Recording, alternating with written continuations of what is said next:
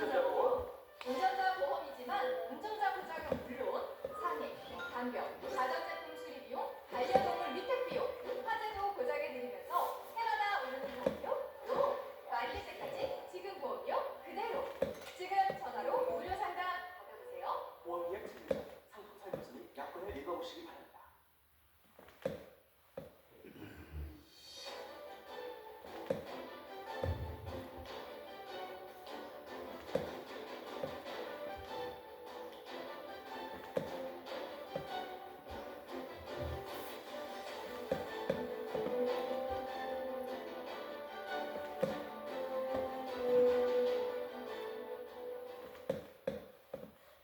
시청자 여러분 안녕하십니까?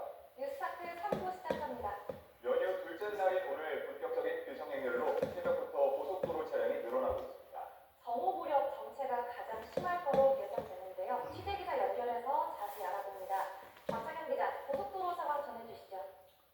CCTV로 주요 고속도로 상황 살펴보겠습니다. 먼저 경부고속도로입니다. 하남 나들목 부근인데요. 뻥 뚫린 서울 방향과 달리 부산 방향 행렬이 벌써 길게 늘어가고 있고요. 차례도 느릿느릿 거북이 걸음입니다. 이곳부터 천안 분기점까지 2km가량 밀리고 있는데 날이 밝을수록 정체 구간도 점점 길어지고 있습니다. 이번엔 서해안고속도로 서평택 분기점 인근입니다. 목포 방향에서 차량이 서서히 몰리면서 점점 제속도를 내지 못하는 모습입니다. 서평택부터 포승분기점까지 3km가량이 정체를 빚고 있습니다. 영동고속도로 여수휴게소도 강릉 방향 도로 소통이 꽉 막혔습니다. 차들이 가다서다를 더욱 반복할 정도로 답답한 분위기입니다. 서울 이트락슨 오늘 고향을 찾는 차량이 가장 많을 거로 예상됩니다. 오늘부터 고속도로 통행료 연대도 시작되는 만큼 하루 동안 45만 대가 서울을 빠져나갈 거라고 한국도로공사는 전망했습니다. 서울 고속 기준 지금 차를 타고 출발하면 부산까지 5시간 30분, 대구까지 4시간 30분 필요합니다. 광주까지 4시간 20분, 강릉까지 2시간 50분이 소요될 거로 전망됩니다. 반대로 부산에서 서울까지 4시간 30분, 대구에선 3시간 30분 걸리고요. 광주에선 3시간 20분, 강릉에선 2시간 40분입니다. 정체는 정오전으로 절정을 찍고 저녁 8시에서 9시 이후에야 실시될 예정입니다. 지정 차량이 몰리고 있는 만큼 한국도로공사 홈페이지나 스마트폰 앱을 통해 실시간 도로 상황 확인하고 정체 대비 우회로도 찾아주시는 게 좋겠습니다. 지금까지 서해부에서 전해드렸습니다. 설 연휴를 이용해 해외여행 가는 사람들로 공항이 북적였습니다.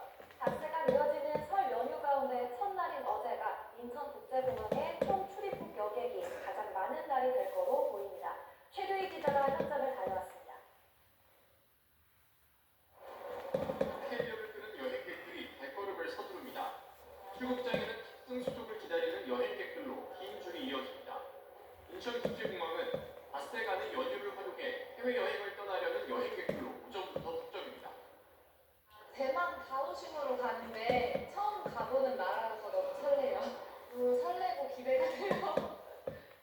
연휴를 맞아 이용객들이 평소보다 몰릴 거란 생각에 서둘러 공항에 도착한 여행객도 있습니다. 여행 너무 오랜만에 가서 너무 설레요. 오늘 공항 유독 많이 붐빌 것 같아서 1시간 정도 일찍 출발했어요. 설 연휴 기간 인천공항을 통해 출입국하는 이용객은 122만 명에 달할 전망입니다. 하루 평균으로 따지면 20만 4천 명입니다. 어제 출입국 여객 수는 24만 9천여 명이 넘어 연휴 기간 가장 붐빌 것으로 예상됩니다. 다만 혼잡도는 이전보다는 덜할 전망입니다. 지난달 14일 아시아나항공이 제1여객터미널에서 제2여객터미널로 이전하면서 여객 분담률이 50대 50으로 균형을 이뤘기 때문입니다. 이에 따라 공사 측은 항공기 출발 3시간 전에만 도착해도 충분하다고 강조합니다. 관건은 이 터미널의 주차장 문제입니다. 공사 측은 4,500여 명의 주차 공간을 추가로 확보했다며 아시아나항공 이전으로 여객이 증가한 이 터미널에 셔틀버스도 증편 운행한다는 방침입니다. 그러면서 이용객들에게는 대중교통을 적극 이용해달라고 당부했습니다. YTP의 휴대입니다.